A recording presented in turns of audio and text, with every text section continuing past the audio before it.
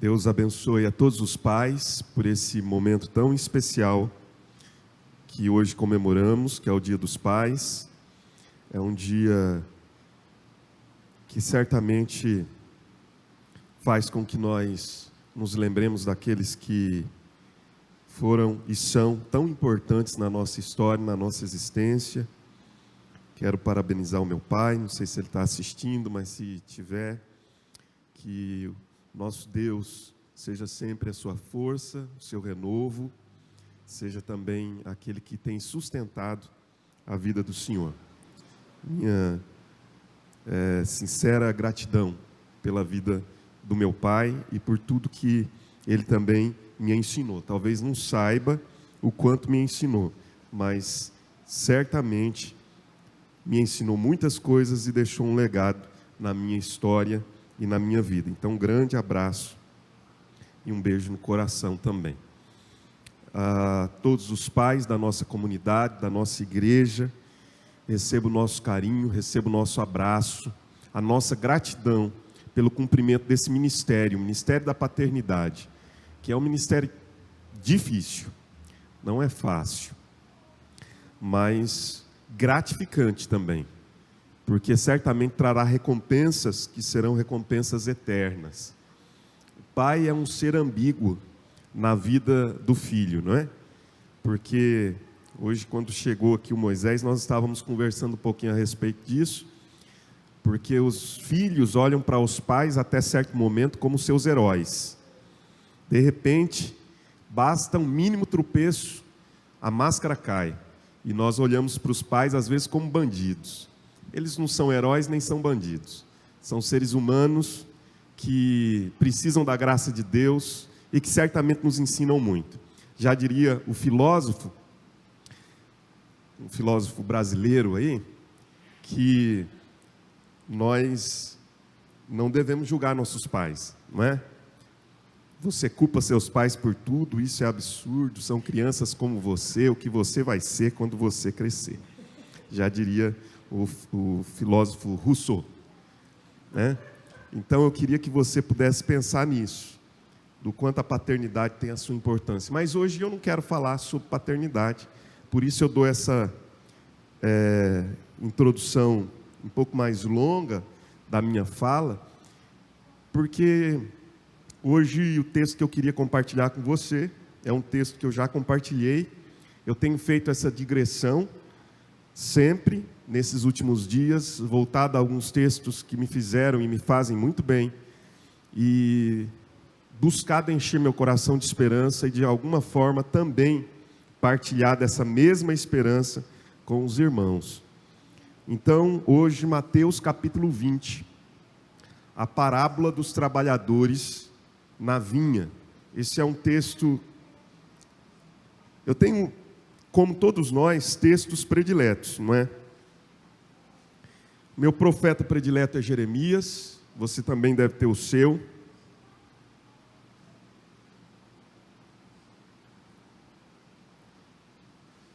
Dos vários textos, os evangelhos são imbatíveis, né? São os textos, certamente, que mais particularmente me inspiram o coração, por causa de Jesus. Das palavras que Jesus disse, existem algumas que aquecem o coração, deixam o coração mais quente.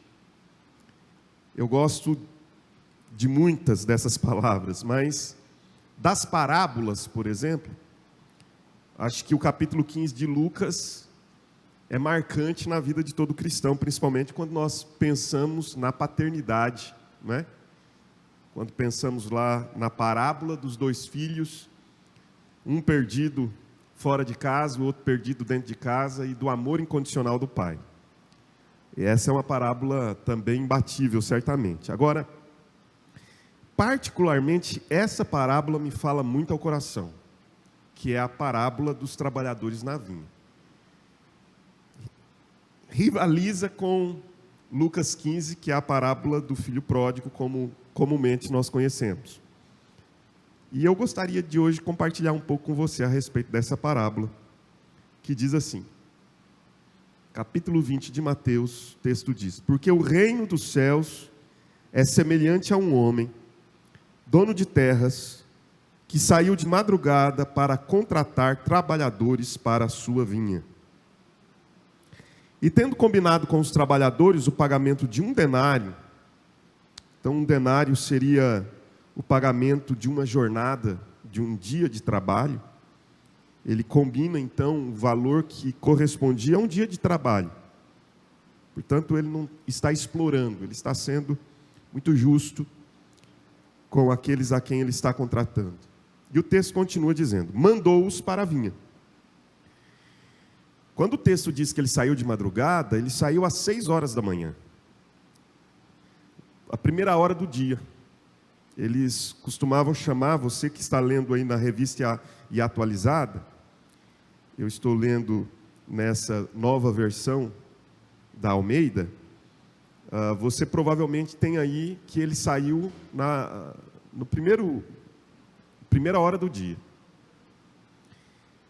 Aí o verso de número 3 continua: saindo por volta das 9 horas da manhã, viu na praça, porque esses trabalhadores que eram os diaristas, ou numa tradução mais antiga, os jornaleiros, algumas pessoas leem jornaleiros e pensam que eram aqueles que entregavam jornal na antiguidade. Não, eram as pessoas que trabalhavam na jornada de um dia. Essas pessoas ficavam na praça da cidade, como se fossem os chapas de hoje, aguardando que alguém os contratasse para que eles pudessem ir trabalhar. Às 9 da manhã, havia um grupo lá, ainda esperando, com esperança que fossem contratados e ganhassem o dia, ou pelo menos parte dele, porque 3 horas de trabalho já haviam se passado. E aí a Bíblia continua dizendo que por volta de 9 horas da manhã, verso 3, viu na praça outros que estavam desocupados e lhes disse: vão vocês também trabalhar na vinha, e eu lhes pagarei o que for justo. Olha o conceito de justiça de novo aí, né?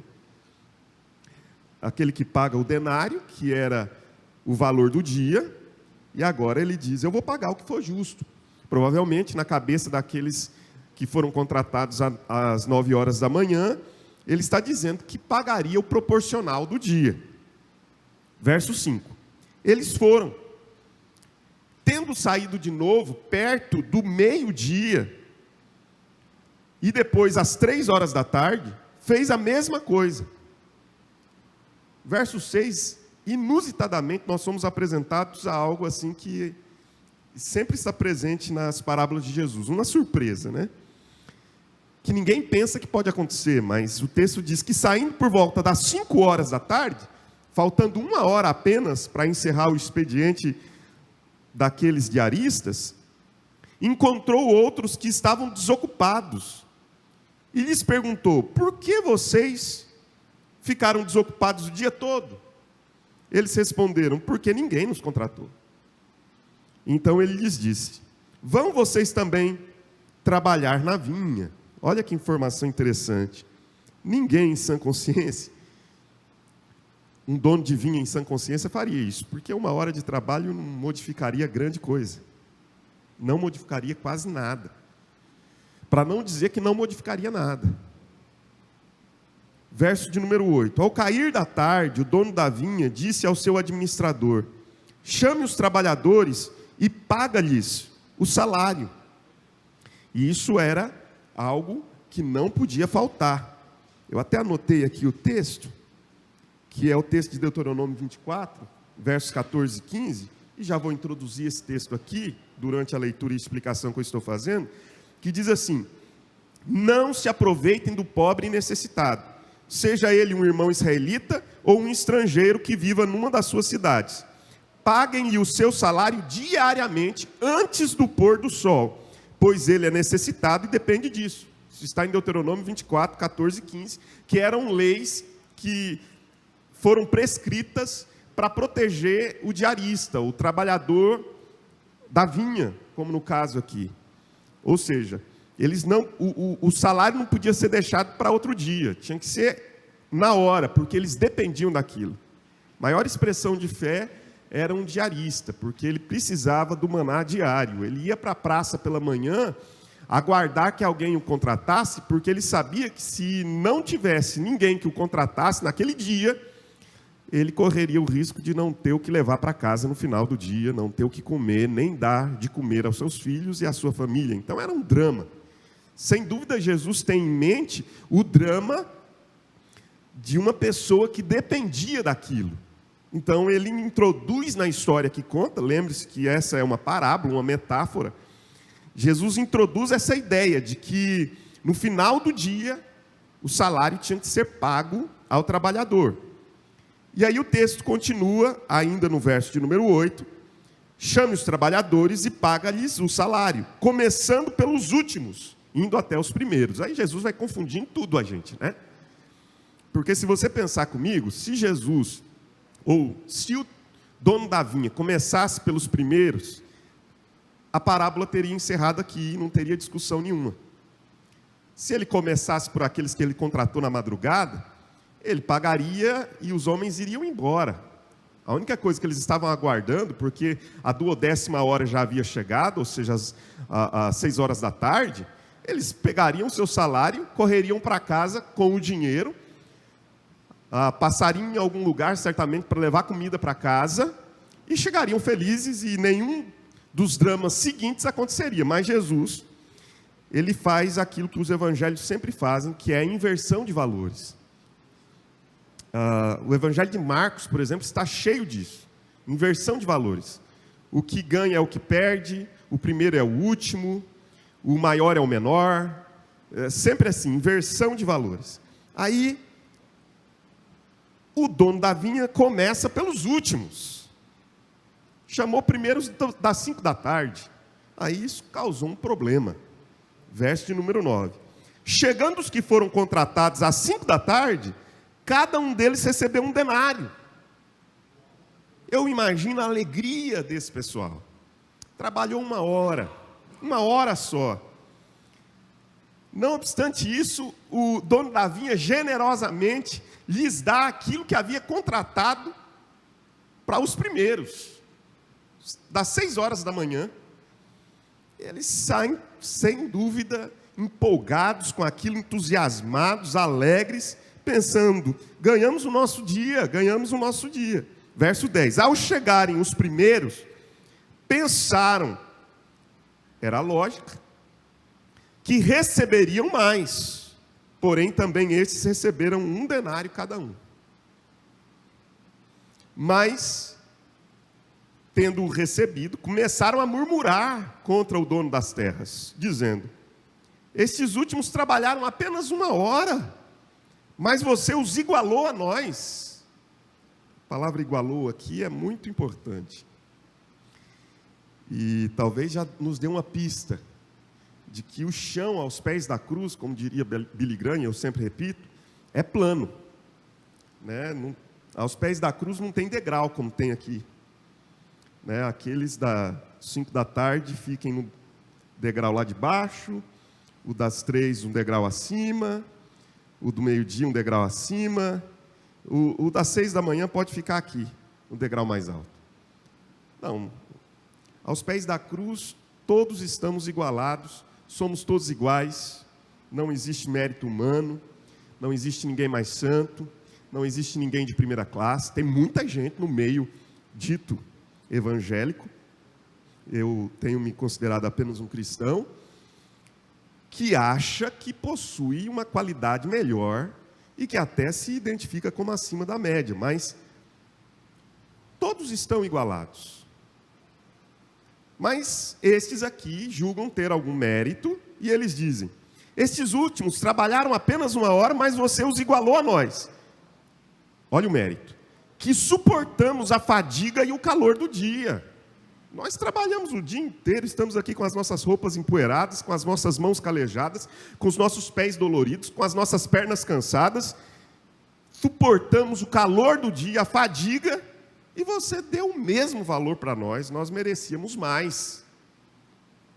Então, o dono disse a um deles, amigo, não estou sendo injusto com você.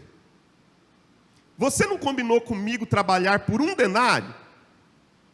pegue o que é seu e saia daqui, pois quero dar a este último tanto quanto dei a você. Parece que o dono da vinha fica um pouco irritado e diz: vai-te embora, pega o teu dinheiro e vai fazer o que você precisa fazer com o seu dinheiro, que é levar comida para a sua casa. E você está aqui argumentando comigo? E lembre-se, o dono da vinha é o dono da vinha. E lembre-se, o dono da vinha contratou e foi justo lá no início. Diz: olha, eu vou te pagar 1 denário. E eles aceitaram. E dizem, ou diz o ditado, que o combinado não sai caro. Também não sai barato, mas é o combinado. Verso de número 15. Será que não me é lícito fazer o que quero com aquilo que é meu? A vinha é desse homem. O dinheiro é desse homem. Tudo aqui é dele. Os demais estão sendo bonificados por terem entrado na vinha desse dono e terem ganhado o dia. Ou você ficou com inveja porque eu sou bom? Essa palavra inveja também é um negócio muito sério. Porque muitas vezes na vida cristã nós estamos vivendo, invejando o outro. No ministério, então, o que mais acontece? Nós invejamos o pastor X, nós invejamos a igreja Y, nós invejamos o ministério Z, porque nós achamos que esses foram mais privilegiados por Deus. Verso de número 16 encerra o nosso texto dizendo: assim, os últimos serão os primeiros, e os primeiros serão os últimos. Amém.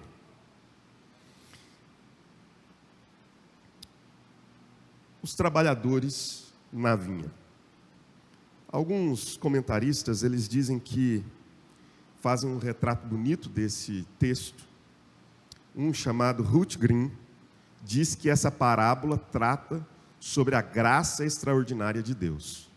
É assim que ele define a parábola dos trabalhadores da vinha. Uma parábola que fala a respeito da graça extraordinária de Deus. Há um outro chamado Juliker, em que ele diz que essa parábola é uma explicação resumida, sucinta, do Evangelho. Diz que o Evangelho é isso aqui. Sucintamente demonstrado através dessa metáfora da parábola da vinha. Para Montefiore, é uma das parábolas mais valiosas do Evangelho. Concordo com ele.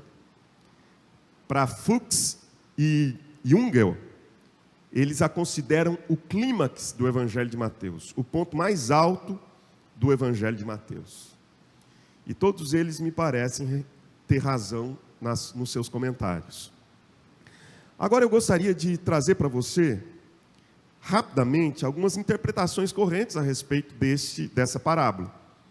Alguns olharam para essa parábola como um retrato de Israel e os gentios, dizendo que Israel estava representado nos trabalhadores da primeira hora e que os gentios estavam representados nos trabalhadores das horas seguintes, sobretudo nos trabalhadores da 1/10 hora, que era da hora das 5 da tarde.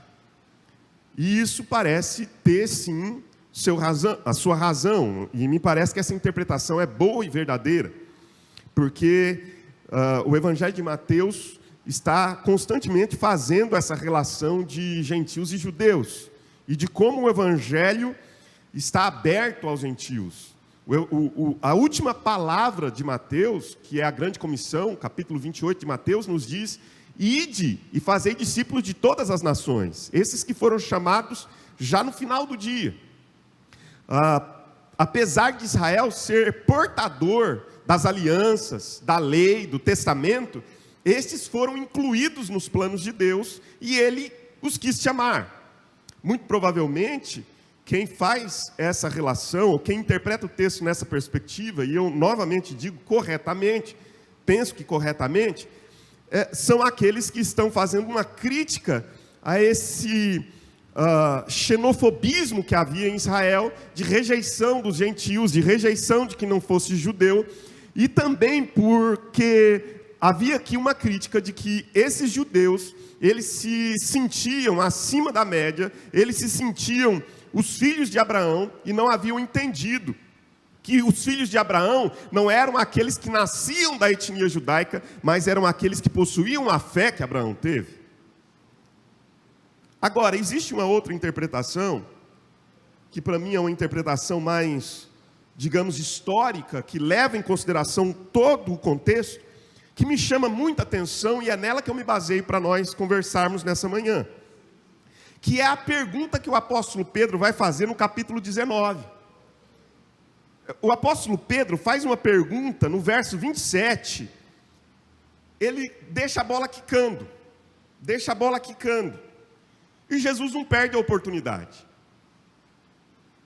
Se bem que metáfora de jogo hoje não deveria ser feita, então esquece futebol. Mas a verdade é que Pedro deixa a bola na marca do pênalti, e Jesus não desperdiça a oportunidade de fazer o gol. Olha o que Pedro diz, no verso 27. Então Pedro, tomando a palavra, disse, porque antes disso Jesus teve um encontro com aquele jovem rico, e o jovem, por ser muito rico, não deu ouvidos a Jesus. Em seguida Jesus diz do perigo que as riquezas representam para um ser humano, que pode amar mais as riquezas do que a Deus, e por isso perder toda a essência e a beleza da vida. E aí o Pedrão vê o jovem rico indo embora, vê Jesus fazendo uma crítica a quem ama as riquezas, e ele pensa, bom, nós estamos bem, nós que estamos seguindo a Jesus, estamos numa condição privilegiada, porque, o que Pedro diz? Eis que nós deixamos tudo e seguimos o Senhor. Que será, pois, de nós? Olha a pergunta de Pedro. Pedro diz assim, Senhor, nós não somos como esse jovem rico que não quis segui-lo porque amou mais as riquezas, e nós não somos ricos. Porque o pior tipo de avareza é a avareza de quem é pobre. Já parou para pensar nisso?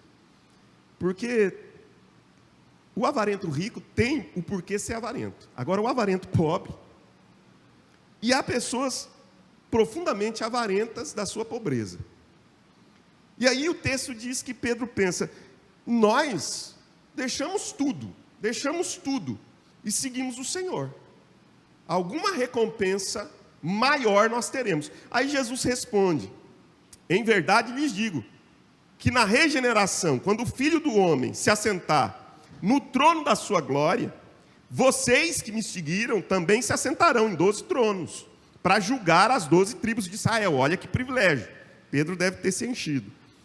E todo aquele que tiver deixado casas, irmãos, irmãs, pai, mãe, filhos ou campos, por causa do meu nome, receberá muitas vezes mais, e herdará a vida eterna.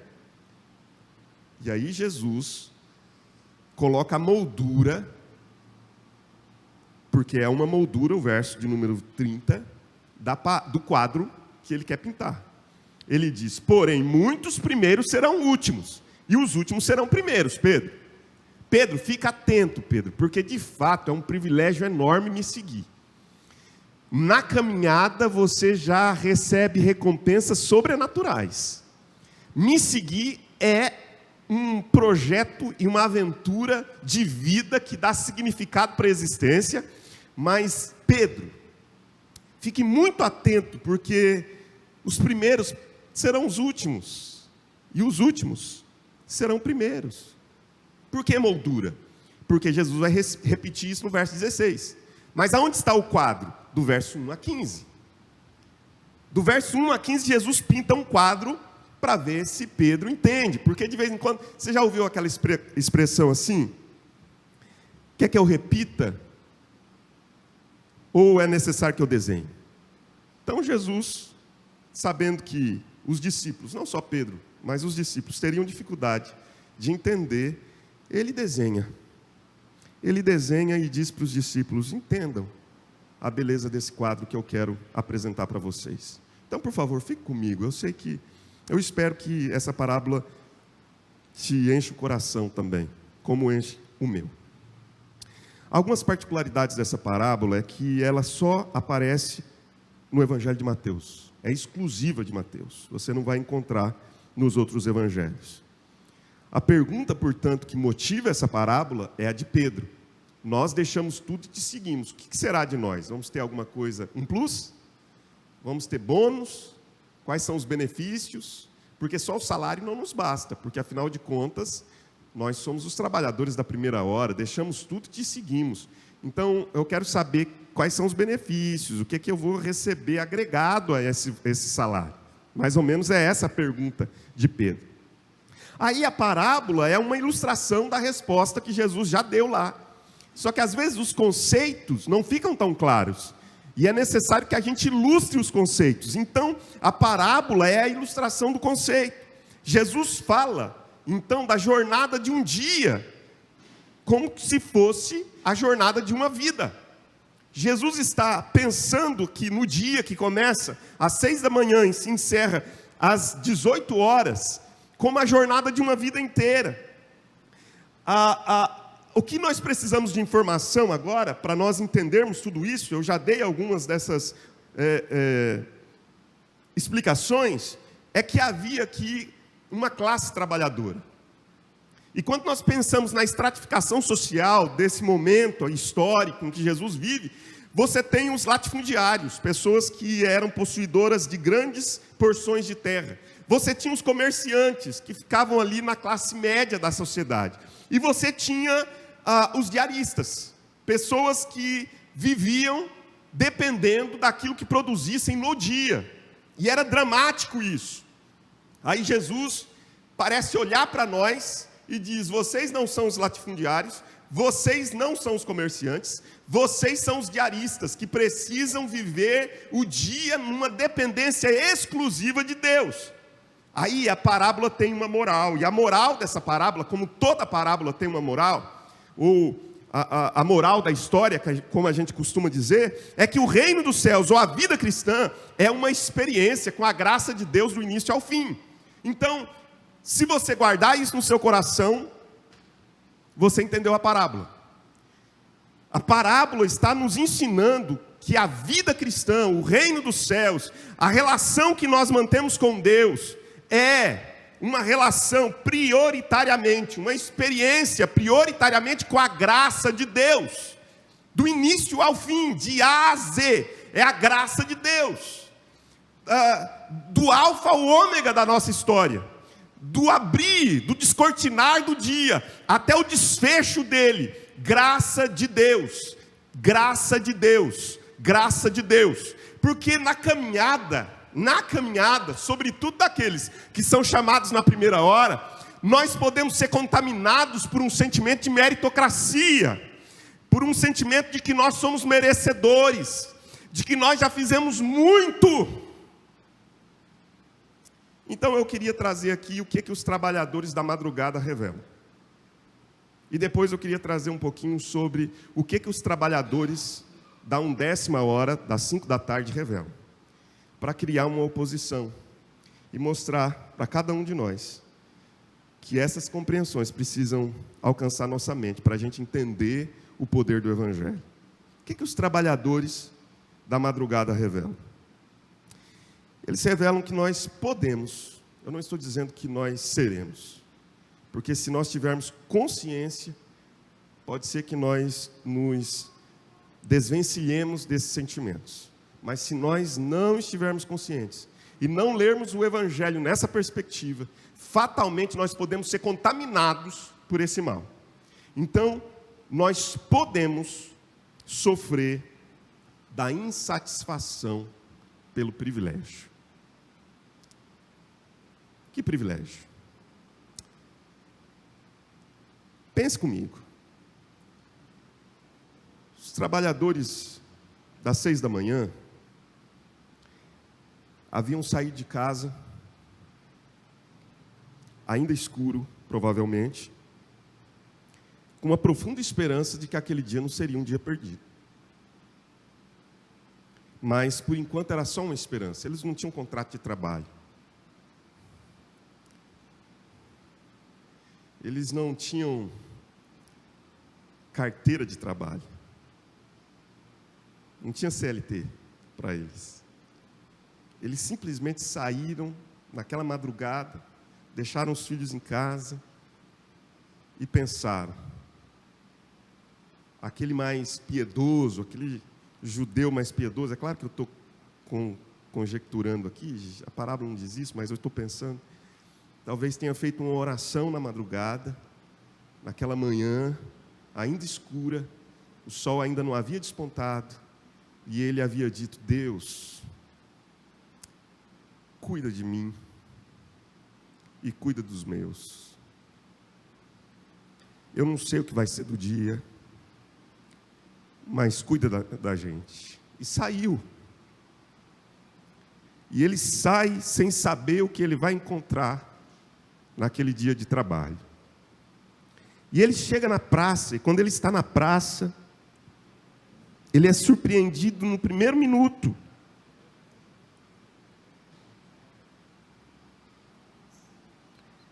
Com um homem, um dono de vinha, que também acordou cedo, e passa pela praça e lhes diz, àqueles que estão ali na primeira hora: eu estou aqui para contratar trabalhadores para a minha vinha. Os homens se empolgam, os homens se enchem de alegria, porque pensam: ganhamos o nosso dia logo cedo. Ganhamos o nosso dia na primeira hora nós ganhamos nosso dia. E o homem diz: vamos fazer aqui um contrato de trabalho para hoje. E o contrato é o seguinte: vocês podem ter certeza que no final do dia vocês têm dinheiro suficiente para um dia, para que vocês sustentem a casa de vocês. Aqueles homens se enchem de esperança, de alegria, de entusiasmo e vão correndo para a vinha. E se dedicam no trabalho da vinha, porque afinal de contas, o dia tinha sido ganho. Quantas vezes nós estamos insatisfeitos pelo privilégio de sermos trabalhadores da primeira hora? Quantas vezes nós somos surpreendidos por sentimentos que invadem o nosso coração, como o de Pedro? Nós deixamos tudo e te seguimos. A gente vai receber qual bônus? Nós vamos receber o que de benefício? Esses homens, no final do dia, estão insatisfeitos, ainda que tenham sido profundamente privilegiados pela graça e pela generosidade do dono da vinha, que às 6 da manhã os contratou.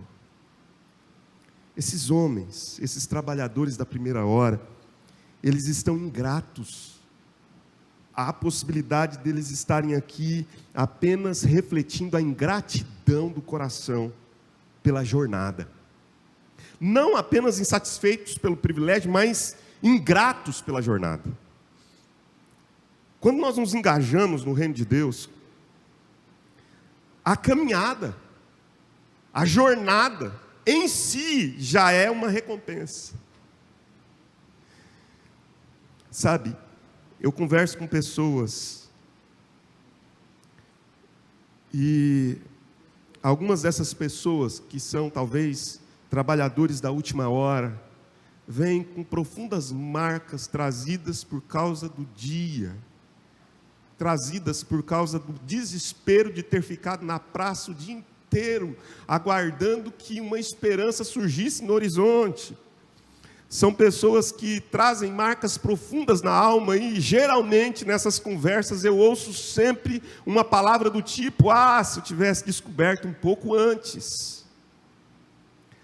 Se eu tivesse entendido antes. Se eu tivesse compreendido que Deus é o sentido da vida, que Cristo é o único propósito para a existência, que faz nós termos sentido para essa história presente, mas para uma história eterna, de que as coisas têm sentido antes túmulo e as coisas têm sentido pós-túmulo. Se eu tivesse entendido, eu não teria andado por esses caminhos, eu não teria entrado por essas vilas, eu não teria escorregado nessas trilhas. Quantas pessoas? Sabe, quem é chamado às 6 horas da manhã tem que ser grato, porque foi livre do desespero do dia, foi livre da desesperança de ficar horas a fio numa praça sem saber se o dia teria sentido e propósito. Nossa tendência é focar apenas na recompensa do final do dia de trabalho. Nós não levamos em conta a angústia dos que iam vendo o tempo passar no desespero, na insegurança, na desilusão, na tristeza de não ser contratado. Os trabalhadores que trabalharam mais foram os primeiros a terem a alegria, a certeza de que o dia valeria a pena.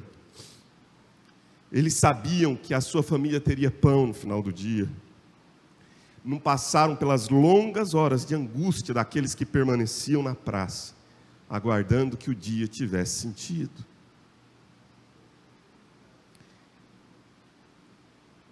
Os trabalhadores da madrugada me revelam que nós podemos ser tomados de murmuração pela generosidade do dono da vinha.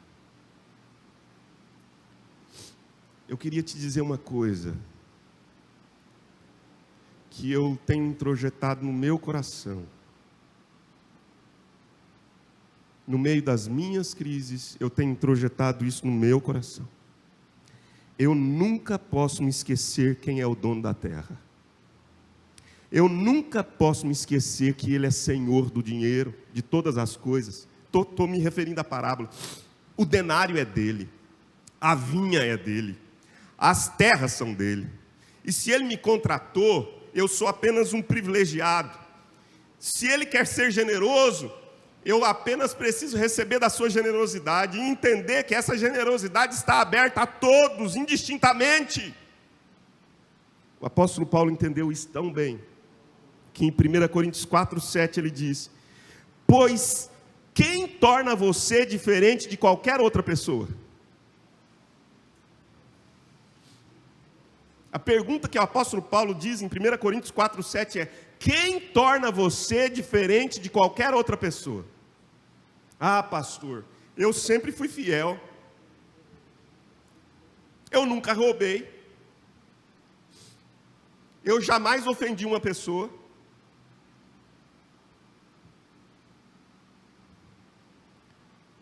E o que você tem que não tenha recebido? Você acha que todos esses privilégios da jornada, de você ter sido poupado de uma série de coisas, significa que você é melhor? Significa que você é alguém de uma categoria mais alta e que os outros são uma subcategoria da sua? Você está totalmente equivocado e não entendeu nada do Evangelho de Jesus, porque o Evangelho de Jesus nos diz assim: quem é você? Você é alguém que apenas recebeu das mãos de Deus o privilégio. Você é alguém que apenas recebeu das mãos de Deus a bênção.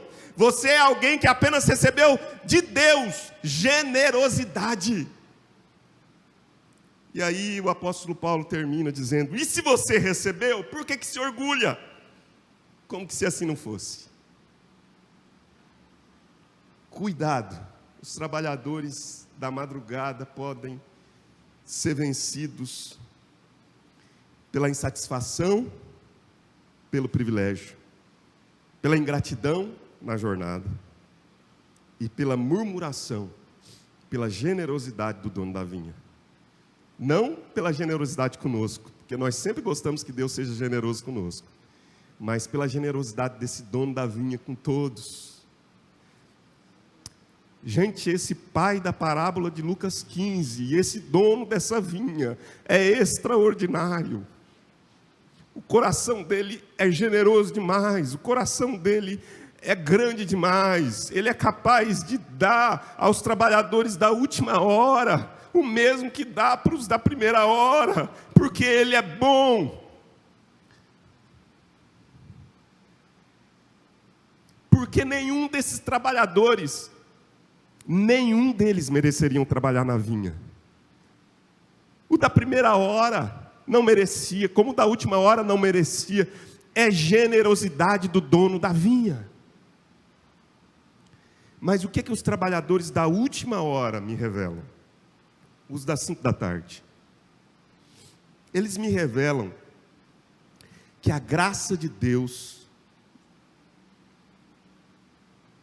ou melhor, eles me revelam que a jornada de uma vida é a graça de Deus do início ao fim. Revelam a graça de Deus do início ao fim. Queria que você visse comigo o verso 9. O verso 9 diz assim: chegando os que foram contratados às 5 da tarde, cada um deles recebeu um denário. Aqui nós temos presente o ensino da graça de Deus. Antes, ninguém havia olhado por eles. Deixa eu te dizer uma coisa. Há muitas pessoas que dizem assim: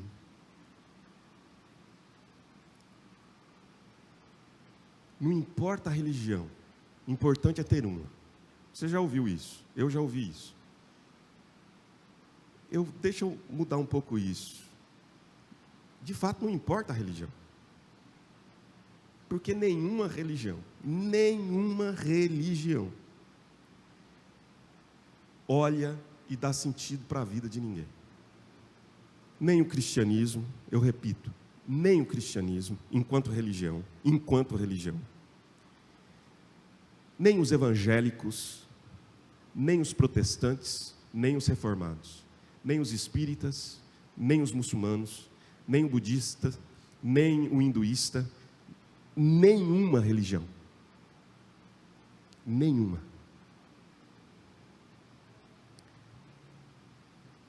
consegue dar resposta sobre o sentido da existência enquanto religião. Porque no final das contas, a resposta que nós damos quando alguém nos pergunta: por que vocês não estão na vinha trabalhando? Por que vocês estão aí parados na praça, não encontrando sentido para a história de vocês? Por que vocês estão aí? A resposta geralmente é a do verso 7. Aqueles que estão lá parados na praça dizem assim: porque ninguém nos contratou. Ninguém nos contratou. Porque a religião não consegue dar resposta, a filosofia não consegue dar resposta, a ciência não consegue dar resposta, ninguém consegue dar resposta, ninguém consegue dizer: olha, é para lá.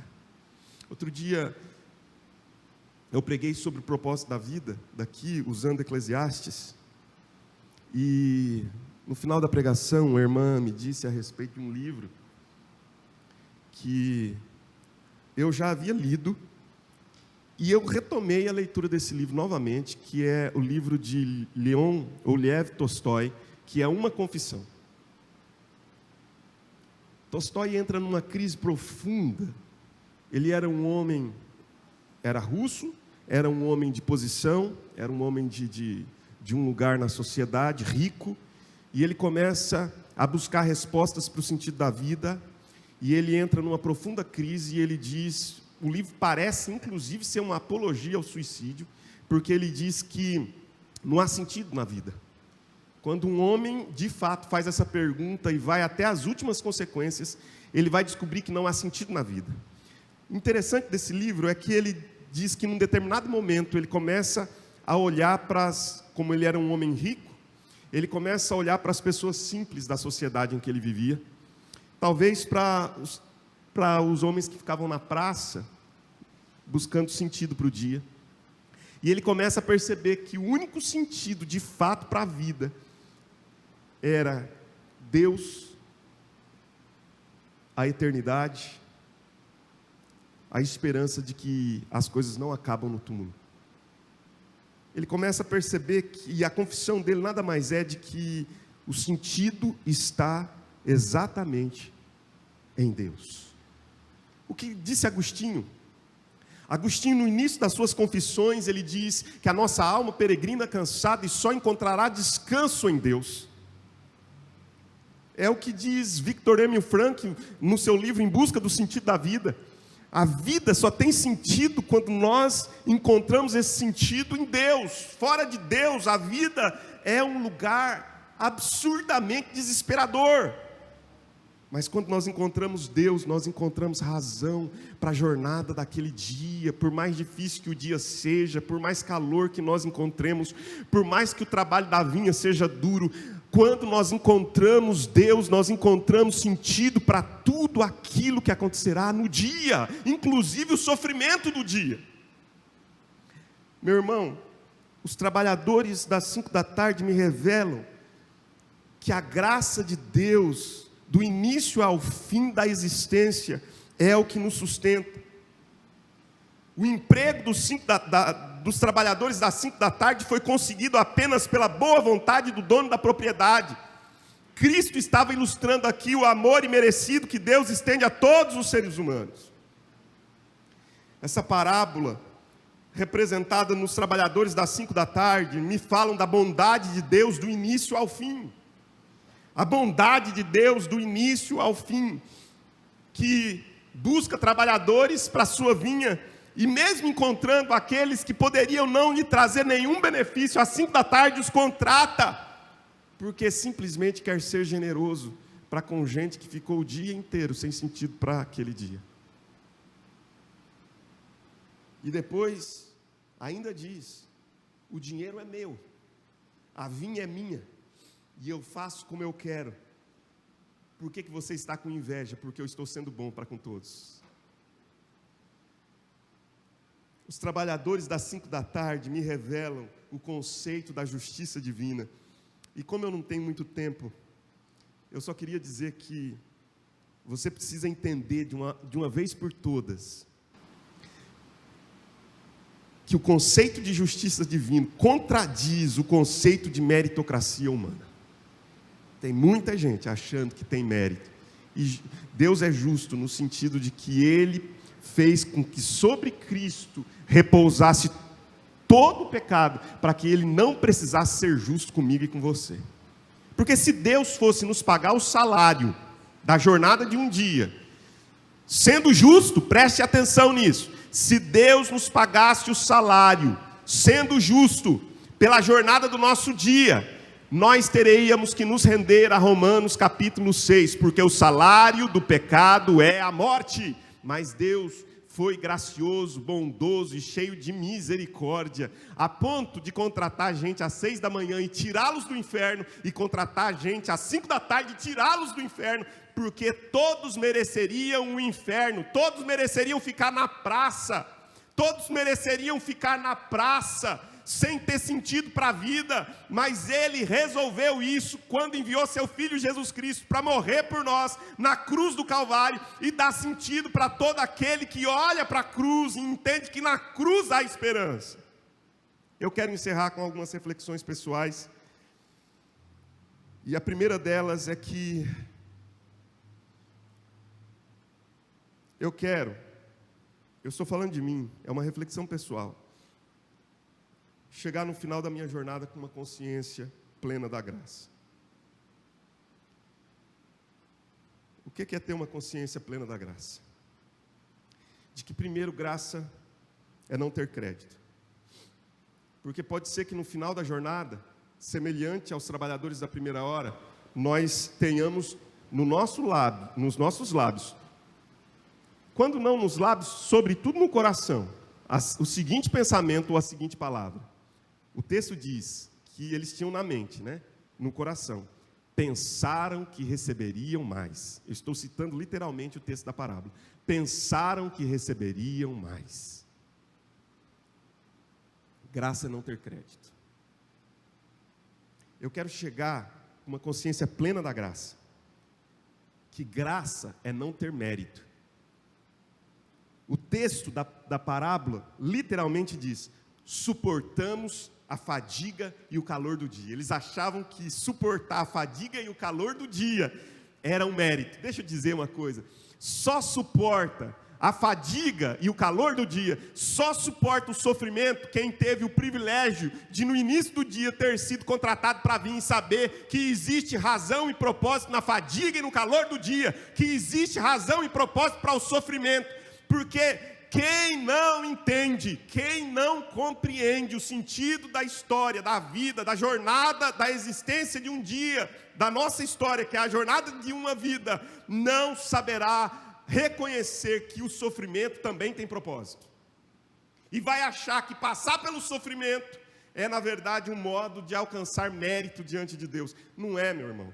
Quando nós passamos por sofrimento e saímos melhor do outro lado, é porque nós já entendemos que o calor e a fadiga do dia nada mais é do que breves momentos, leve e momentânea tribulação. Leve e momentânea tribulação. E que existe na eternidade um peso de glória que jamais poderá ser comparado à fadiga e ao calor do dia.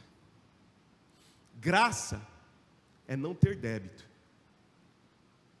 O texto literalmente diz: eu quero dar a este último tanto quanto a ti. Graça é Deus dizer: quem chegou na última hora tem direito de receber tudo que aqueles que chegaram na primeira hora não receberam. Porque ninguém tem débito quando encontra a graça de Deus. Se não tem crédito, nem mérito, também não tem débito. Esse é um texto que eu escrevi há muito tempo atrás, mas que faz muito bem para a minha alma. Se fizer para a sua também, bom. Se não fizer, bom também. Quando ao fim da jornada eu chegar, quando próximo da 12ª hora eu estiver, eu quero olhar no horizonte da vida e enxergar as cores do sol poente e agradecer o privilégio do cenário. Quero agradecer pelo suor, resultado do calor do dia. Quero agradecer pelos calos nas mãos, o cansaço das pernas e pela poeira nas vestes. E, sobretudo, pela certeza que estou voltando para casa no suar da última hora. Quero agradecer porque o dia não foi gasto inutilmente. A vida teve razão e teve propósito. Que Deus nos ajude. Em nome de Jesus. Amém. Deus bondoso, fica com o teu povo, fica com a tua igreja, fica conosco. Dá-nos uma consciência mais aprofundada da tua graça. Que nós não sejamos legalistas, injustos, cheios de reclames de méritos, mas que nós sejamos pessoas que entendem que somos todos iguais, que o Senhor nos iguala a todos no sentido de que todos pecamos e carecemos da glória de Deus. E se fomos trazidos para a vinha, não há mérito em nós. O Senhor não fica olhando a competência, o Senhor não fica olhando o currículo, o Senhor nem se preocupa muito com a performance, porque os resultados da colheita da vinha nem dependem dos trabalhadores, dependem da generosidade do dono. Então nos ajuda nisso, Senhor. Ajuda os meus irmãos, me ajuda a entender a profundidade da graça. Em nome de Jesus, eu queria muito, Senhor, que a essência desse verdadeiro evangelho fosse infundido no coração dessa igreja querida que o Senhor nos tem colocado momentaneamente como líder, ou como líderes, para simplesmente, Senhor, sermos uma figura de Cristo, não na sua santidade, porque estamos longe disso, mas nos seus valores e nos seus conceitos. Quantas vezes o Senhor diz no Evangelho que publicanos e prostitutas iriam preceder os religiosos no reino. O Senhor diz isso para talvez chocar a nossa busca por méritos. Embora o Senhor não esteja nos estimulando a vivermos de maneira deliberadamente errada, o Senhor sem dúvida está nos chamando a entendermos que a graça é melhor que a vida, e que méritos que possamos possuir. Que seja assim no nome de Jesus.